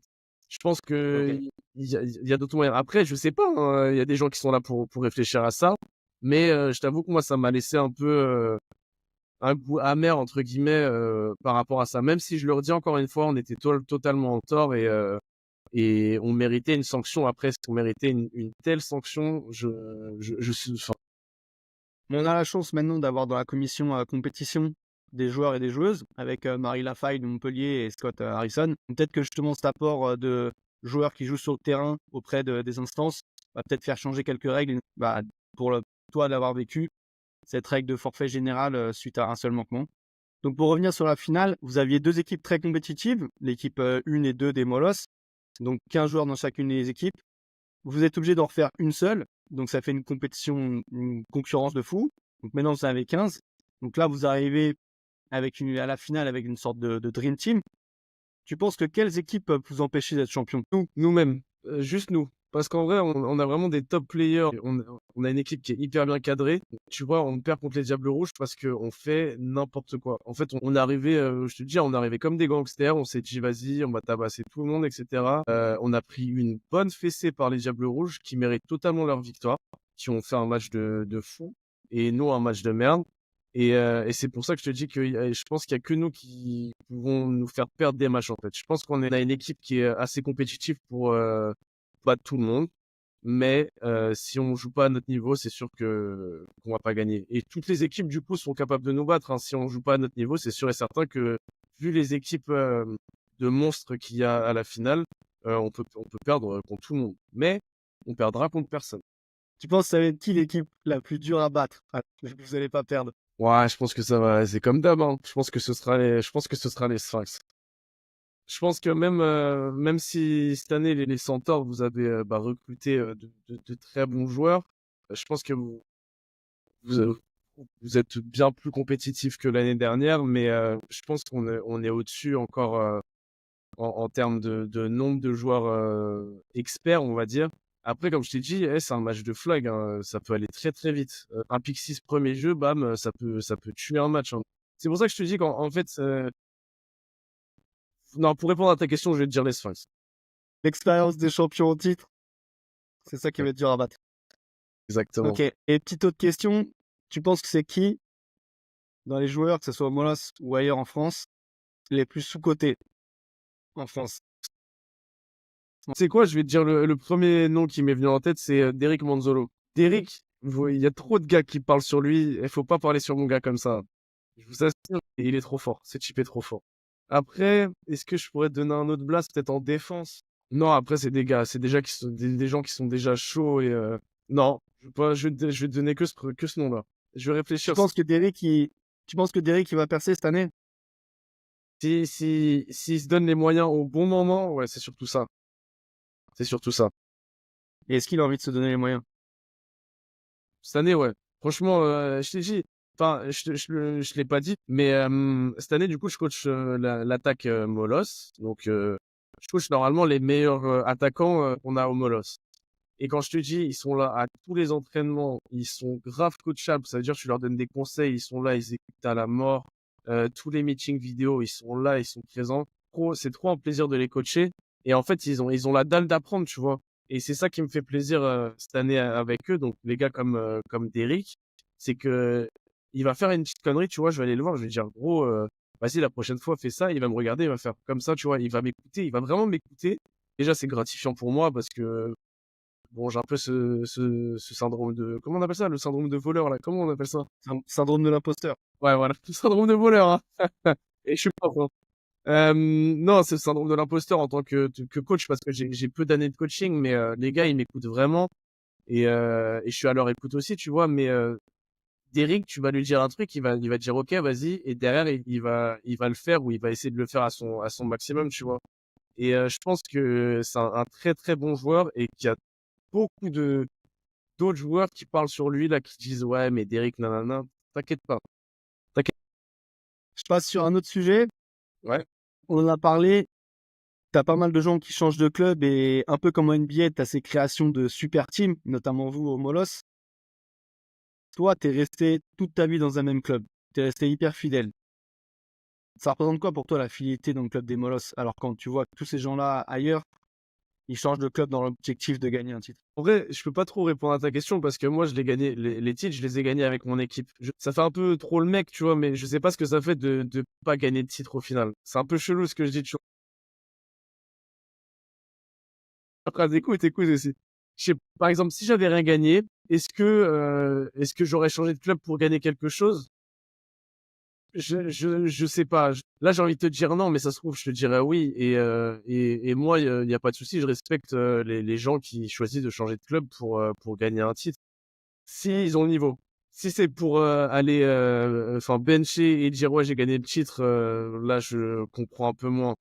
Pour moi, enfin, je suis resté au Molos parce que je vais pas te mentir, hein, c'est proche de chez moi. Tous mes gars, en fait, tous mes meilleurs amis, ils sont là-bas. Et le niveau fait que je peux rester au Molos, tu vois. Est-ce que si le niveau baisse ou est-ce que si je me retrouve plus je m'y retrouve plus dans ma carrière sportive et dans ma carrière de coach, est-ce que je changerai de club? Oui, je pourrais, hein. Je vais pas dire que je suis fidèle à mon club et que j'y resterai toute ma vie, hein. Le but, c'est de me développer moi en tant qu'athlète, en tant que joueur et en tant que coach. Donc, si derrière j'ai pas ce que j'ai entre guillemets, je pense que je pourrais changer de club. Mais là, pour l'instant, c'est pas du tout le cas et j'ai pas du tout prévu de changer de club puisqu'il se C'est vrai que s'annonce. t'as la chance au final d'appartenir à un des clubs qui développe le plus le flag en France. Ouais. Ouais, ouais, après, on se donne les moyens aussi, hein. Le bureau fait vraiment les efforts, on essaie de faire des projets ensemble, enfin, on taffe dessus. Ok. Maintenant, j'aimerais parler de ta famille, Camille. Donc, t'as ton frère Roxane qui a joué pendant longtemps au foot américain au Molos. Vous avez joué ensemble au flag, au foot américain. Ensuite, il a été manager de l'équipe de France de flag masculin. Donc, ça a été ton manager de ton équipe quand on est parti sur la campagne des championnats d'Europe en Irlande. Ça Ouais. faisait quoi d'avoir ton grand frère en manager de l'équipe? Bah, Oxane, moi, on s'est toujours hyper bien entendu. J'ai qu'un seul frère du coup, on a des liens qui sont très forts. On s'entend toujours bien. L'avoir avec moi, c'est un peu rassurant, tu vois, sur les compétitions, d'avoir quelqu'un bah, de ta famille, surtout ton frère. Après, lui, il arrivait à prendre cette distance, tu vois. En tant que manager, il pouvait pas me dire plus de choses que les autres. Il pouvait pas être enfin, me favoriser entre guillemets. Donc, il prenait cette distance-là, mais je savais que si j'avais besoin de lui parler ou quoi, il y avait aucun souci. Mais non, forcément, c'est hyper agréable et le mot vraiment, je pense que c'est rassurant, tu vois. Même d'être loin. C'était où Ah oui, en Irlande. On n'est pas loin, tu vois. Mais je sais pas, l'avoir à côté, je sais que si jamais j'ai un problème et tout, il est là. Forcément, c'est rassurant. Et il a joué quel rôle, ton père, dans votre développement? Parce qu'il a été longtemps aussi au Molos. Ça a été un des médecins des Molos pendant longtemps. Ça a fait quoi d'avoir son père aussi dans la structure, dans ta passion? Alors, mes deux parents ont été hyper investis dans ma carrière sportive et enfin, là où j'en suis, dans le flag et bah, dans le foot US, peut-être une autre fois, mais ils ont été hyper investis. Ça m'a permis de prendre confiance, tu vois, dans, dans ma pratique. Et le fait que bah, ils viennent voir tes matchs, tu vois, qu'ils s'investissent comme ça, je sais même pas comment expliquer ça. Bah, c'est ce qui a forgé cette passion, en fait, tu vois. Peut-être si c'était pas autant investi avec moi, je sais pas si peut-être j'aurais changé de sport, tu vois, ou je sais pas. Non, non, c'est hyper agréable et de toute façon, je te dis, hein, moi j'ai une famille en or, j'ai été éduqué, je trouve que j'ai une très bonne éducation. Mes parents, ils ont été tout le temps là pour moi.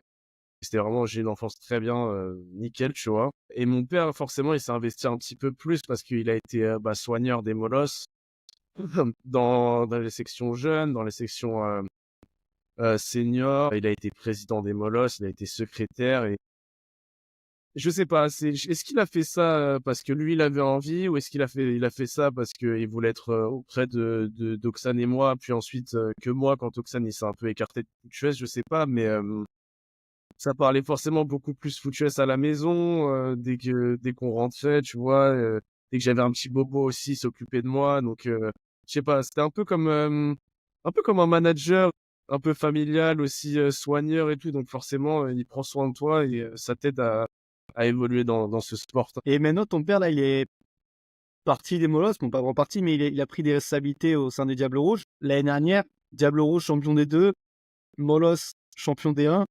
Ça devait être quelque chose à la maison en rentrant, là. Ouais, non, c'était trop bien. En plus, on s'entend tellement bien avec les Diables Rouges. On a tellement, un peu comme les gars du Flash, tu vois. C'est vraiment c'est le même délire en fait. C'est la même. On a un genre de connexion, je sais pas. Mais quand on a su enfin, quand on les a vus gagner le titre, nous on voulait que qu'ils gagnent la D2, tu vois. Après, on a pris la photo ensemble à la fin, je m'en souviens. Et non, bah déjà mon père, il était trop content pour les Diables Rouges. Il était encore plus content pour les Molosses et pour moi forcément. Mais non, non, c'était incroyable l'année dernière. C'était trop bien. Mais par contre, s'il regarde le podcast, là, arrête d'essayer de me voler des joueurs parce que je sais ce qu'il fait. Il vient me voir, il me dit, ouais, tes joueurs là, ils font quoi, nanana. Après, mes joueurs, ils viennent me voir, ils me disent, ouais, Bruno, il m'a envoyé un message, il veut que je vienne au Diable Rouge, nanana. Papa, attention à toi, attention. C'est bon, j'ai fait mon petit Ah, message. t'es pas là pour les disputes familiales. Et est-ce que c'est l'année dernière aussi où tu commences à avoir un rôle au sein des coaching staff des équipes jeunes de la fédération? Ouais, ça c'est pareil, c'est un truc de fou. Shaki, il m'envoie un message, il me dit, Shaki, pardon, Thomas Estibals, qui est, alors je connais pas très bien sa fonction au sein de responsable, On va dire directeur du haut niveau flag à la fédé. qui m'envoie un message et qui me dit, ouais, tu t'es pas inscrit pour le recrutement des équipes jeunes flag et tout. Je dis, j'ai même pas eu l'information et tout. Et il me dit, bah écoute, moi je veux que tu coaches. Je dis, ok, mais moi j'ai pas d'expérience de coaching dans le jeune, j'ai coaché que les seniors, etc. Et il me dit, non, mais je sais que tu as la pédagogie et tout, je sais comment tu fonctionnes, j'aimerais bien qu'on passe un petit entretien et tout. Donc je dis, vas-y, moi je suis chaud. On passe l'entretien et tout se passe bien. Je lui explique, enfin moi j'écoute ce qu'il me dit par rapport à ça et au final il me prend. En fait, il avait une telle confiance en moi, j'ai trouvé ça déjà. Bon, c'est un type en or, il est trop sympa. Enfin, c'est vraiment un gars super bien et qui me fasse autant confiance, ça m'a vraiment touché. Et du coup, j'ai un peu été propulsé en tant que coach pour rien. Et c'est là où je te remets encore le mot, enfin, l'expression syndrome de l'imposteur et non pas du voleur. Je savais pas trop ce que je faisais là, etc. Mais j'ai su prendre mes marques, on va dire, et coacher comme je voulais. Et du coup, je prends de l'expérience et tout. Je sais que j'ai énormément de choses à apprendre sur le coaching. J'ai plein de choses à apprendre et je sais que je veux continuer là-dedans. Et ça s'est passé comment, du coup? T'as fait une campagne avec l'équipe de France Jeune? Ouais, on a fait les championnats d'Europe en 2023. C'était incroyable, hein. Bon, ouais, on s'est fait tabasser de toutes parts, mais on venait de créer l'équipe. J'avais fait aucune sélection, hein. J'avais 12 joueuses. C'était 12 joueuses qui ont pu venir. Donc forcément, il n'y avait pas une expérience de fou dans le flag. Il n'y avait pas un top niveau de fou, mais c'était des filles super. Moi, j'ai kiffé la compète. Et non, franchement, pour une première compétition en tant que coach équipe de France, j'ai trouvé ça incroyable. Franchement, c'était incroyable. Qu'avec la mise en place là, des tournois NFL, flag, U12, ça va pouvoir permettre d'avoir plus de joueurs de Oui, jeunes et du coup améliorer le niveau. ça c'est sûr, hein. On aura de plus en plus de jeunes et c'est l'objectif de toute façon, hein, pour les JO et même au-delà. Si tu veux augmenter le niveau de flag en France, ça part des jeunes et du très jeune, hein. Ça c'est sûr et certain. Franchement, il faut que tous les clubs s'y mettent, hein. Et la saison dernière, c'était une saison blanche pour les équipes de jeunes, parce qu'on n'a pas pu partir au championnat du monde pour raison budgétaire. Cette année, il y a quelque chose qui va se passer? Alors j'ai pas eu d'informations officielles, mais a priori, de toute façon, il y a des championnats d'Europe chaque année. Donc normalement, il y aura un truc, ouais. Après, c'est pareil, il faut que le budget suive et que la Fédé se mette dedans. Je pense que si Shaki, donc Thomas Estiba, s'il t'a appelé, c'est aussi parce que dans ton côté professionnel, tu es professeur des écoles. Donc forcément, ça joue aussi sur le côté pédagogie avec les jeunes. Ouais, Comment t'es devenu prof des écoles, cette passion, ça t'est arrivé, tu peux nous expliquer? ouais, bah, c'est plutôt simple, hein. J'ai fait STAPS pendant 5 ans, je voulais être préparateur physique et à côté, il me fallait des sous. Donc j'ai fait animateur dans les centres de loisirs, tu vois. Et en fait, à chaque fois que j'allais travailler dans les centres, j'étais trop content. Genre, je me disais, ouais, je gagne de l'argent alors que je kiffe ce que je fais, tu vois. Je kiffais être avec les petits, leur apprendre des trucs, jouer avec eux et tout. Et je me suis dit, mais en vrai, tu veux faire préparateur physique, mais déjà, les débouchés, c'est un peu... faut avoir un réseau et tout. Et je m'étais dit, en vrai, je suis pas sûr de vouloir faire ça. Donc, tu sais quoi, vas-y, passe le concours et deviens prof. Et en vrai, c'est comme ça que je suis devenu professeur des écoles. Et là, je kiffe ma vie, franchement. Je vais travailler, je suis trop content. J'ai rien à dire. Franchement, j'ai eu la chance de savoir assez vite ce que je voulais faire. Et franchement, force à tous les jeunes là qui sont perdus parce qu'ils savent pas ce qu'ils veulent faire et tout. J'espère que vous trouverez votre voie assez rapidement. Je fais ça comme si je m'adressais à 10 000. Devenez tous prof des écoles, vous allez avoir une vie de fou. Non, non, après, non. Alors, si t'aimes pas les enfants, franchement, fais pas ça parce que c'est une dinguerie, sinon tu vas péter un plomb. Ça fait combien de temps que t'es prof des écoles, là? 4 ans. T'as quel âge? À l'école, c'est quel âge? C'est les moins de 12 ans? Alors, je travaille dans le primaire. Donc, le primaire, c'est école maternelle et école élémentaire. Et moi, je suis en grande section de maternelle. Donc, ils sont tout petits, hein. Moi, ils ont 5-6 ans. Je leur apprends un peu à lire, un peu à écrire. Et puis voilà, hein. Je leur apprends la vie surtout. C'est quoi l'importance du sport dans l'éducation à cet âge-là? Hyper intéressant ce que tu poses comme question. Pour moi, c'est le sport. Bon, déjà, c'est sûr et certain, on n'en fait pas assez dans les écoles, on n'en fait pas assez de la maternelle jusqu'à la terminale. Faire du sport, en fait, au-delà de créer corps, entre guillemets, donc un corps sain, une musculature adéquate, des poumons adéquats, avoir une hygiène de vie correcte. C'est tout le côté social, en fait. Faire des jeux donc collectifs, on passer par des sports collectifs, en fait, ça va créer une cohésion de classe, en fait, et des rapports sociaux que tu pourras pas créer en faisant de l'histoire, en faisant des mathématiques, etc. Et ce rapport social, en fait, et je trouve que c'est ce qu'on n'a pas énormément à l'école, c'est vraiment ce côté, comment expliquer? Ce côté vivre avec l'autre, en fait. T'es dans une société, on vit en société. Si t'arrives pas à vivre avec l'autre, bah, tu sais pas où tu vas aller, tu vois. Faire du sport à l'école, en fait, ça t'apporte ça.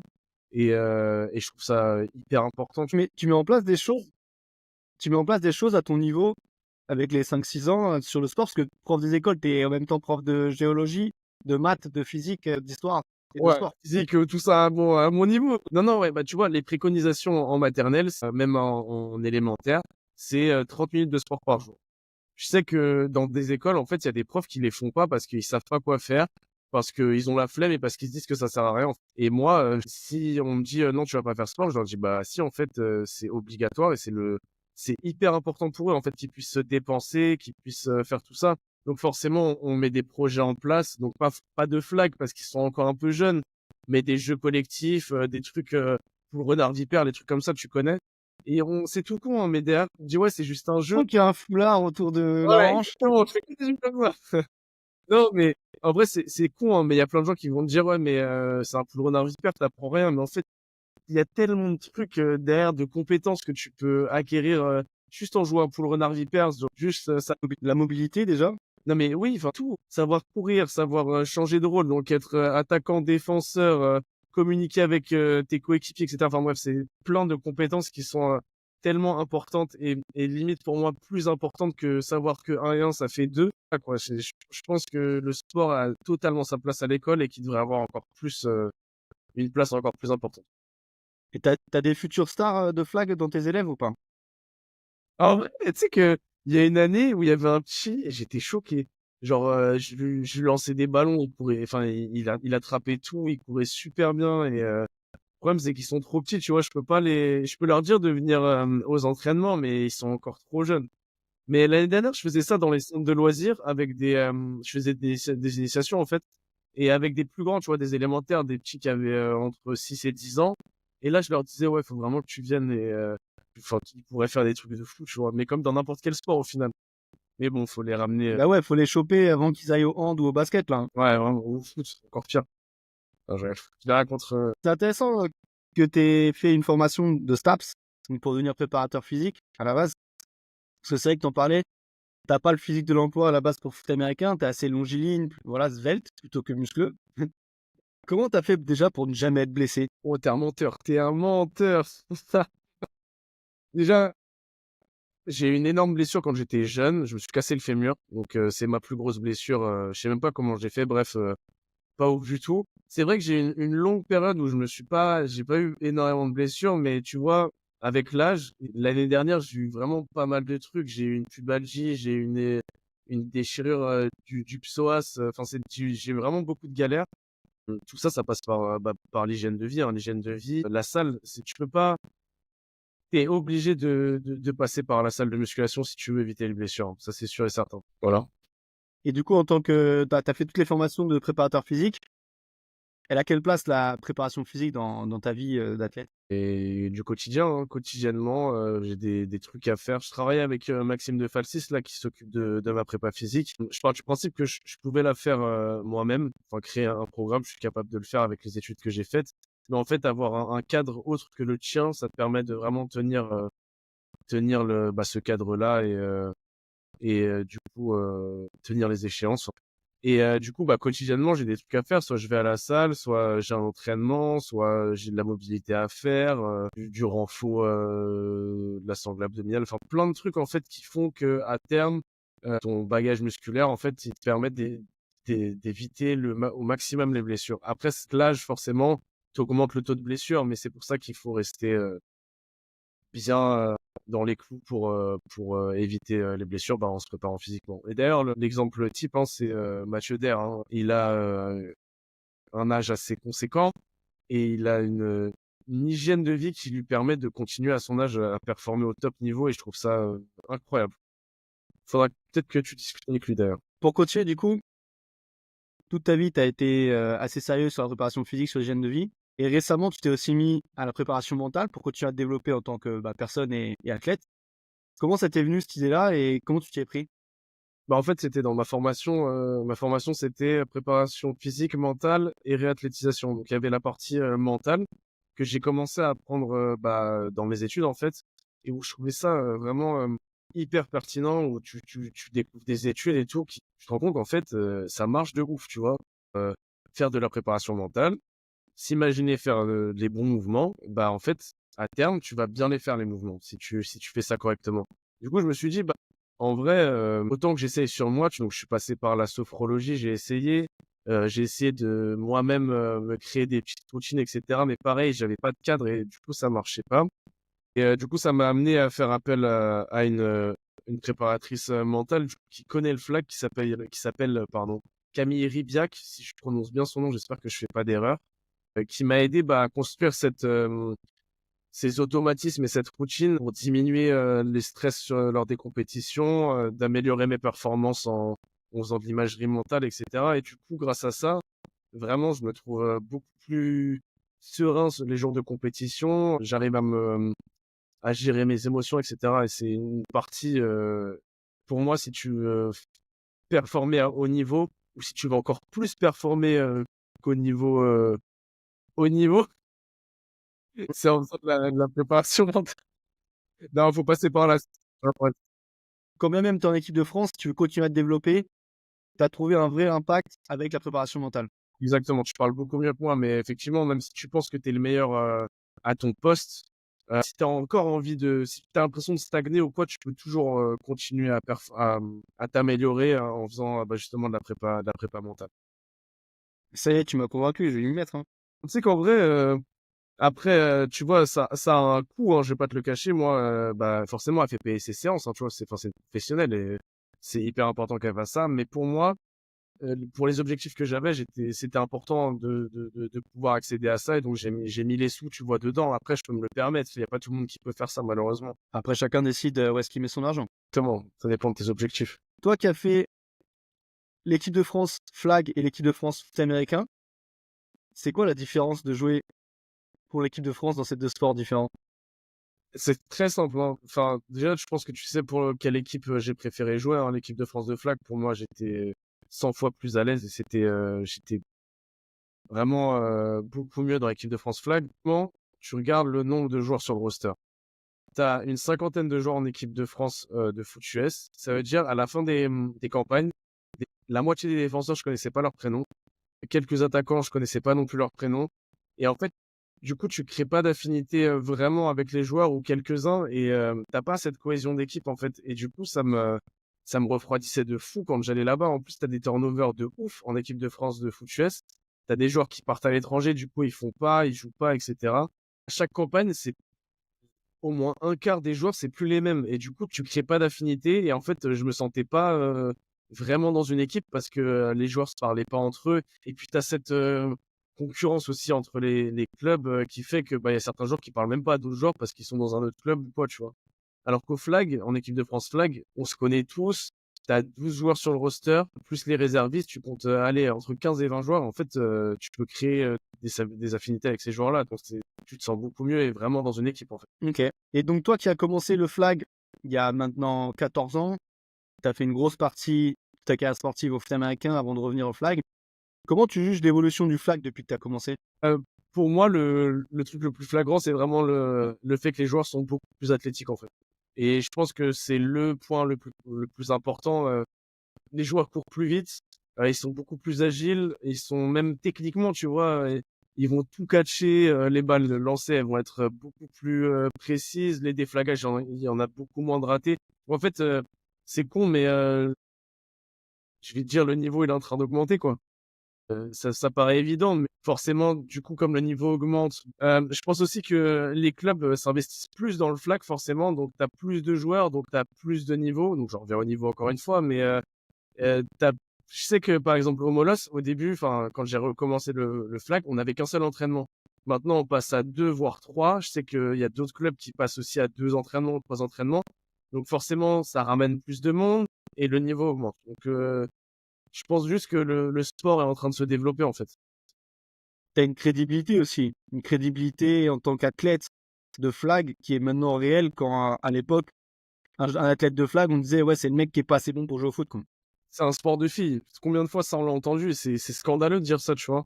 Parce qu'il y a plein de filles qui font du foot US et il y a plein de gars qui font du flag. Enfin, et puis on fait un sport qui est au final mixte, tu vois, de championnat. Donc, Tu sais, à l'époque, on me disait ah, tu joues, c'est quoi le flag? Ah, c'est avec des foulards, c'est comme pour le renard vipère. Alors que maintenant, on nous dit, ah, le flag, c'est le sport aux Jeux Olympiques, là. Ça, c'est ça la vraie différence. C'est ça, je pense que bah, les JO, c'est sûr que ça apporte un plus énorme, c'est sûr et certain.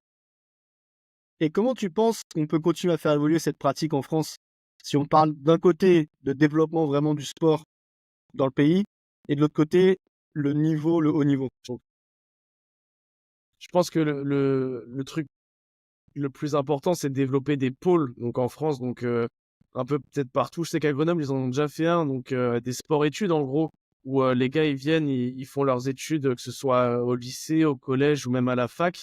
Et à côté de ça, ils ont une structure pour vraiment s'entraîner. Et c'est ce qu'on essaie de faire au Molos, encore une fois, hein, mais c'est professionnaliser le truc. Donc, faire en sorte que les joueurs soient mieux encadrés, avec plus d'entraînement, avec un suivi peut-être médical ou ce genre de choses, bah, pour qu'ils puissent, enfin, pour encore une fois développer le niveau. Et pour ça, ça passe par le développement du coup des structures et en les professionnalisant. Bah, c'est vrai qu'il y a le premier sport-études de flag qui a été créé à Grenoble, mais il y a maintenant 2 ans, je crois, dont est issu Tanguy Lominet, qui est depuis l'année dernière en équipe de France et qui est même passé capitaine sur sa saison rookie. Donc ça prouve que c'est quand même un modèle qui fonctionne. Donc toi, tu aimerais pouvoir voir ce genre de schéma-là, enfin de structure, un peu partout en France? Ouais, pour moi, c'est ce qui marcherait le mieux. Après, je pense que ce serait dur au début parce qu'il n'y a pas énormément de joueurs, que surtout les jeunes, en fait, quand ils connaissent pas le flag, en fait, ils passent par souvent le foot US et ensuite ils viennent au flag. Et ça, tu le vois en équipe de France, hein, il y a très peu de joueurs qui n'ont fait que du flag. Je crois qu'il y a que Damien et Tanguy. Sinon, tous les autres, ils sont passés par le foot US, tu vois. Et du coup, ce serait dur d'amener des joueurs dans ces pôles. Et est-ce que ça marcherait vraiment? Je pense que ça mettrait du temps à se mettre en place, mais ce serait incroyable. Pour ce sport-là, ce serait incroyable. Bah là, il y a une petite génération de gens donc sur cette structure à Grenoble. Donc là, on connaît Tanguy qui a passé en équipe de France. Je pense que pour en avoir quelques-uns là qui jouent au Centaure, il y a des sacrés athlètes aussi qui, bah, aujourd'hui, ont peut-être pas le niveau, mais ils sont très jeunes vu qu'ils sont toujours en sport-études. Donc peut-être qu'on va les voir assez rapidement. Donc ça peut être cette première génération aussi qui monte la voie sur le sport de haut niveau au flag dès ton plus jeune âge grâce au sport d'études. Exactement, et même tous ceux qui passent, que j'ai vus là en équipe de France jeune, que ce soit en U15 ou en U17, c'est eux aussi hein, qui ont vécu un rêve entre guillemets en représentant leur pays. Il faut qu'ils continuent le flag et surtout qu'ils fassent jouer leurs petits frères, leurs petites sœurs, etc. hein, qu'ils en parlent quoi. Non, en vrai, hein, Leurs cousins, leur... On va passer sur le segment de fin un peu de l'épisode. Je voulais savoir, on parlait du futur un peu et de l'évolution du sport. C'est quoi ton futur à toi et ton évolution sur les prochaines années ou les prochains mois? mon objectif de toute façon, c'est de viser l'équipe de France personnellement, donc continuer à être en équipe de France et imposer mon jeu en devenir le meilleur hybride en France. Et pour moi, mes objectifs, en- pour moi, mes objectifs, bah, en premier lieu, donc, je vais commencer par les Molosses, bah, c'est de gagner la Coupe de France et le championnat de toute façon, et puis faire des tournois internationaux et essayer de montrer qu'on est bah, l'un des plus grands clubs de France en flag, voire le plus grand club de flag en France. Pardon. Et sur un point de vue plus personnel, continuer l'équipe de France et vraiment m'imposer en tant que joueur important de cette équipe-là. Et je pense, pour moi, mon plus grand rêve, même avant les JO, c'est de gagner une médaille avec l'équipe de France, que ce soit en championnat d'Europe, en Coupe du Monde ou quoi que ce soit. J'ai vraiment cet objectif-là et j'espère l'atteindre un jour. Et évidemment, du coup, bah, les JO, hein, de toute façon, là, je pense que tous les joueurs qui font du flag en France vont me dire ça. Hein. Ceux qui jouent à un assez bon niveau, ils vont me dire, bah, j'ai envie d'être dans l'équipe qui va emmener déjà l'équipe de France aux JO et ensuite participer aux JO.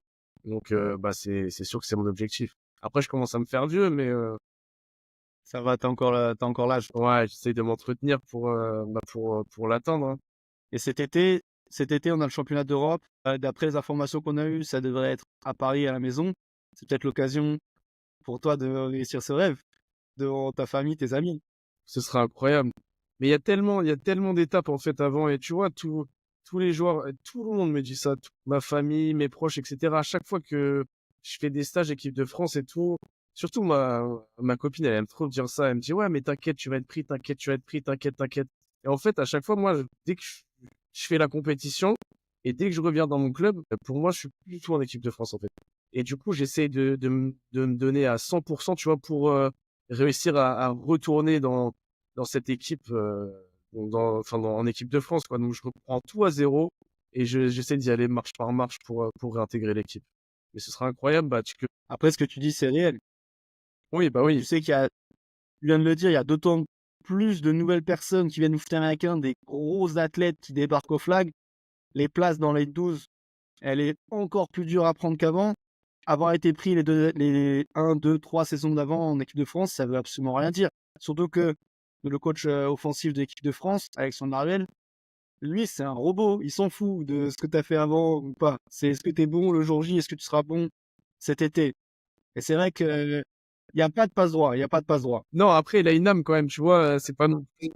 Après, je sais au-delà de prendre les meilleurs athlètes, je sais il fera les meilleurs choix pour l'équipe. Ça veut dire que c'est pas parce que tu es moins athlétique que les autres, que tu es moins fort sur le terrain que les autres, qu'il te prendra pas. Tout simplement parce qu'il veut une bonne cohésion d'équipe, il veut des bons joueurs dans son équipe avec un bon mental.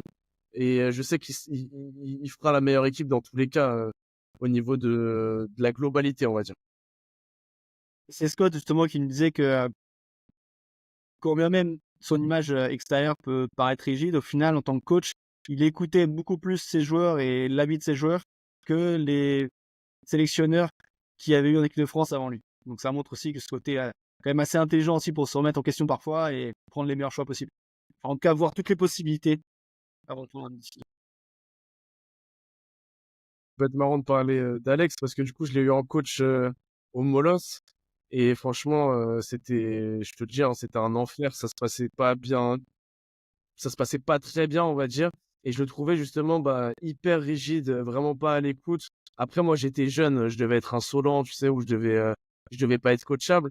Et en fait, depuis qu'il est en équipe de France, je trouve qu'il s'est, comme il l'a dit Scott, vachement ouvert. Il est beaucoup plus à l'écoute. Vraiment, il va prendre en compte ce que tu vas lui dire, quoi. Ce qu'il avait pas forcément avant. Donc, franchement, c'est très bien qu'il ait évolué comme ça, on va dire.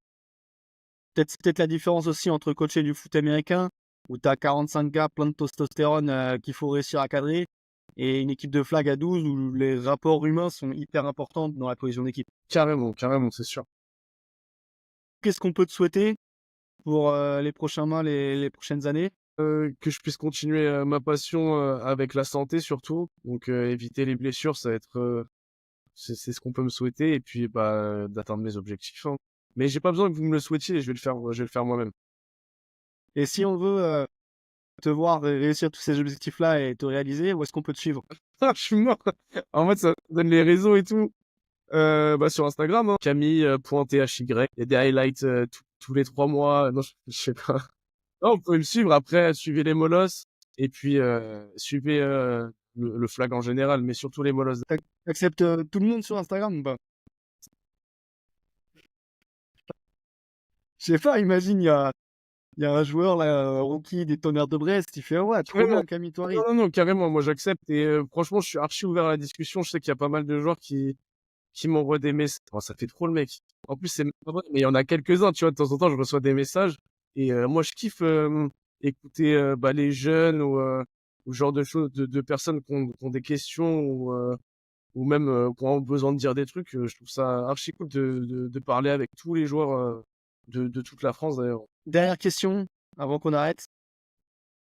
Si je devais inviter un homme et une femme qui ne sont pas Anthony Riquin ou Elisa De Santis, parce que c'est les deux réponses que j'ai eues aux épisodes d'avant, tu me proposerais qui? Paris qui pour le coup manage beaucoup d'équipes avec le foot US aussi, donc ça peut être hyper intéressant. Après un joueur, Henri Lafaille, qui est manager de l'équipe de France, ouais, je crois U19 et senior chez au foot américain, et aussi manager de l'équipe de France masculine au flag.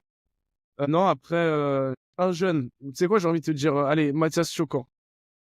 Mathias Choquan qui est un très jeune joueur des Molosses et je pense que ça peut être très très pertinent pour ton podcast d'inviter des joueurs qui sont dans le processus équipe de France par exemple mais qui n'y sont pas encore allés ou qui découvrent là un peu le flag avec les JO, etc. Ça peut être intéressant que tu puisses avoir leur avis sur n'importe quel sujet, tu vois. Mathias, qui est un des gros joueurs de cette génération au foot américain, tu le côtoies aussi dans le flag. Tu sens qu'il est comment mentalement par rapport à cette dualité foot américain flag? Eh ben c'est simple, il a arrêté le foot. Il a arrêté de Waouh, waouh. il fait plus de foot. Franchement, je l'ai pas poussé à faire ça. Il l'a choisi de son plein gré, mais je pense que c'est un très bon choix. Il préférait jouer au flag et il prenait un peu moins de plaisir. Après, je vais pas parler à sa place. Il me semble que c'est ce qu'il m'avait dit, mais il avait pas le temps pour les deux dans tous les cas et il a préféré continuer le flag avec l'équipe de France et tout pour ses objectifs d'équipe de France justement et performer dans le flag. Bah ça montre vraiment l'évolution du flag en France parce que ça serait jamais arrivé avant. Jamais. C'est cool de voir effectivement ça, un mec, je crois il était MVP du match avec l'équipe de France qu'il a fait contre l'Angleterre et de savoir que du coup à la fin, quand il doit prendre une décision, il a fait ça, c'est assez un choix fort en tout cas. Ouais. Et pour une fille, du coup, oui, j'ai dit Marie, mais en joueuse, non, tu t'en fous de, non? Vas-y, dis. Lucie Auré, peut-être? Ça peut être intéressant d'avoir le point de vue d'une pionnière du flag et surtout une QB, donc ça peut être intéressant. Tu dis ça parce qu'elle joue, Ouais. elle vient des pionniers. Ah ouais, j'ai même pas fait exprès, mais je t'ai vu là, ton regard. Lucie Auré, quarterback de l'équipe de France depuis 2022. Ça peut être intéressant, ouais. Grave. Ok. Bah, merci en tout cas, Camille, pour ce temps passé ensemble. On te souhaite pas parce que tu vas réaliser ce que tu veux. Mais en tout cas, on se revoit très vite, mi-janvier, sur les terrains. Exactement. On sera à nouveau l'un en face de l'autre, mais cette fois-ci dans la vraie vie, sur un terrain, avec des flags autour de la hanche. Merci beaucoup à toi de m'avoir invité. Et franchement, ce que tu fais, c'est super. Donc, continue. Et surtout, important, invite pas que des grosses têtes. Invite des petites têtes aussi, des jeunes, etc. Ça peut être cool pour eux et ça pourra te donner de la visibilité. Je suis en fou, moi, je te donne des conseils comme si... C'est quoi? Continue ce que tu fais. C'est très bien.